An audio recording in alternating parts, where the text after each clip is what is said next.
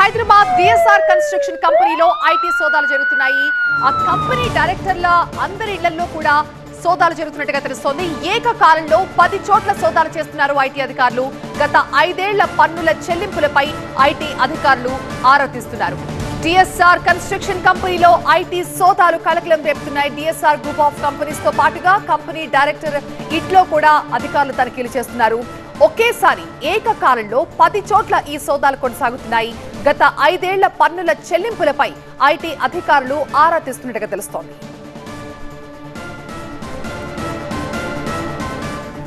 Hyderabad DSR construction కంపెనీలో IT సోదాలు జరుగుతున్నాయి. డిఎస్ఆర్ గ్రూప్ ఆఫ్ కంపెనీలతో పాటు డైరెక్టర్ల ఇళ్లలోనూ ఐటీ అధికారులు తనిఖీలు చేస్తున్నారు.